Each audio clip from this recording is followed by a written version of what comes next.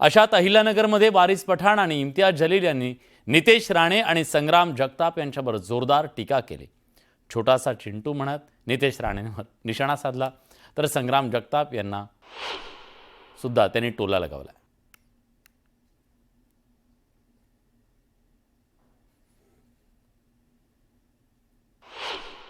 पहले हर रोज एक छोटा सा चिंटू,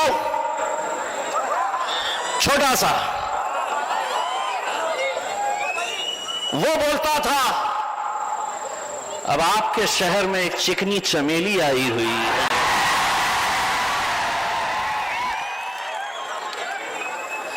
चिकनी चमेली, तू है क्या चीज, बोलता क्या है, तेरा अंदाज क्या है। चिकने, ऐसा नहीं है कि तू बोलता है तो हम उसकी दखल लेते हैं। सापांच्या जे काय वळवळ काय झाली MIMच्या नावाने, इथे ह्या राज्यामध्ये हिंदुत्ववादी विचाराचं सरकार आहे। तुम्हाला आमच्या राज्यात येऊन वातावरण खराब करायचं असेल तर मग पुढे सरकार म्हणून तुमच्या सभा व्हायला द्यायच्या का, याचा आम्हाला विचार करायला लागेल। नेपाली टिंगना सा है ना, टेम्पली हर दिन बार बार आके एक ही काम, ये कर डालेंगे वो कर डालेंगे, मस्जिदों में घुस घुस के मारेंगे मुसलमानों को। अब तो चैलेंज भी कर दिया था मैंने, आजा बेटा मस्जिद में, आएगा तू 2 टाइम में मगर जाएगा इंशाल्लाह स्ट्रेचर के ऊपर, बोल दिया था। डरते किसी के बाप से नहीं, संविधान का सम्मान करते हैं, मान मर्यादा रखते हैं, कानून कायदे का पालन करते हैं, इसलिए। मगर एक नफरत का माहौल, उसके लिए उसको मेडल भी मिल चुका है, उनको मिनिस्टर भी बना दिया गया है, फिर भी नहीं मानता। जागा आणि वेळ कळवायची आणि मग तिथे उभं राहायचं, किंवा कुठली तरी मस्जिद तरी निवड, तिथे येतो मी।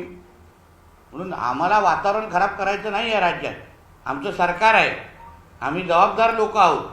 म्हणून धमक्या देणार आहे ना, वारिस पठाणला सांगेन की तुला माहिती आहे नितेश राणे काय चीज आहे, म्हणून नुसतं जिभेने वळवळ करू नको। म्हणून मी सुरुवातीला काय बोललो, भोकणेवाले कुत्ते काटते नाही, आणि हे तर नसबंदीवाले पिल्लावळ आहे।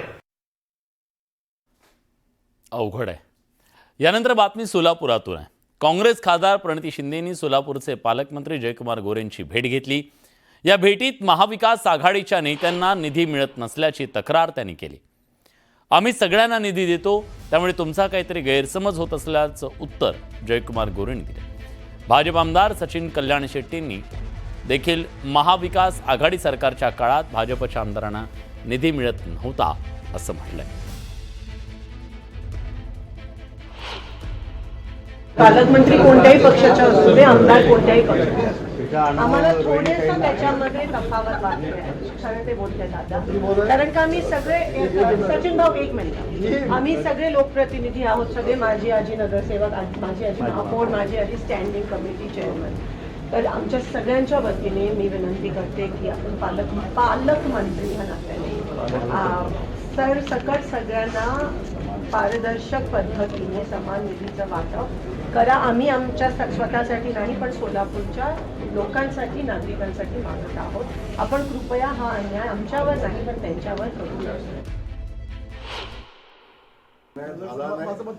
जो अन्याय झाला नाही त्या संदर्भात, जो अन्याय झाला नाही त्या संदर्भात अन्याय तुम्ही म्हणायचं काही कारण नाही। डीपीडीसीचं निधी वाटपाचं काम चालू आहे, अजून वाटून संपलेला नाही, त्यामुळे आपल्याला अन्याय झाला असं आपण डायरेक्ट म्हणणं चुकीचं आहे। मुळात आमच्यावर नाही, काय झालं तुम्ही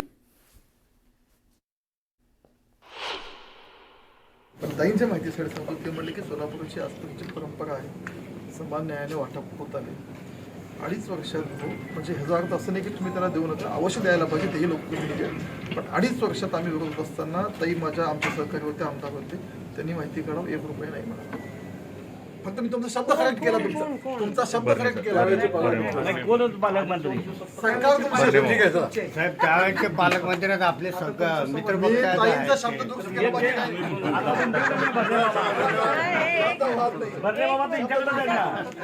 नाही पण तुमचा वाक्य करेक्ट केला बाकी काही मला नाही. फक्त एवढंच म्हणायचंय, एक चूक झाली की दुसरी चूक व्हायलाच पाहिजे का?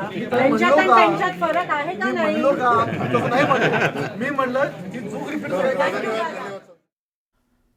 लाडकी बहीण योजनेतील लाभार्थी महिलांसाठी ई-KYC प्रक्रिया आता बंधनकारक करण्यात आली आहे. KYCसाठी 2 महिन्यांचा कालावधी देण्यात आला. या प्रक्रियेच्या दरम्यान अनेक महिलांना तांत्रिक अडचणींचा सामना करावा लागतो. यावर अजित पवारांनी भाष्य केलंय. आपण मुदत वाढवायची असेल तर करू, पण KYC ही करावावीच लागणार आहे, असं अजित पवारांनी स्पष्ट केलंय. लाडकी बहीण योजना आणली ही जवळपास सप्टेंबर ऑगस्टमध्ये आणली. मला वाटतं ऑगस्ट, सप्टेंबर, ऑक्टोबर, नोव्हेंबर त्यावेळेस सुरुवातीला आम्ही काही गोष्टीला शिथिलता ठेवलेली होती, परंतु आता प्रत्येक हा निधी त्याच लाडक्या बहिणीकडे जी लाभार्थी म्हणून त्याच्यामध्ये बसते तिच्याकडेच जावा म्हणून हे KYC वगैरे ह्या गोष्टीचा आपण वापर करतोय. त्यामध्ये आपण फार तर मुदत वाढवायची असेल तर आम्ही मुदत वाढवू, पण KYC ही करावीच लागेल.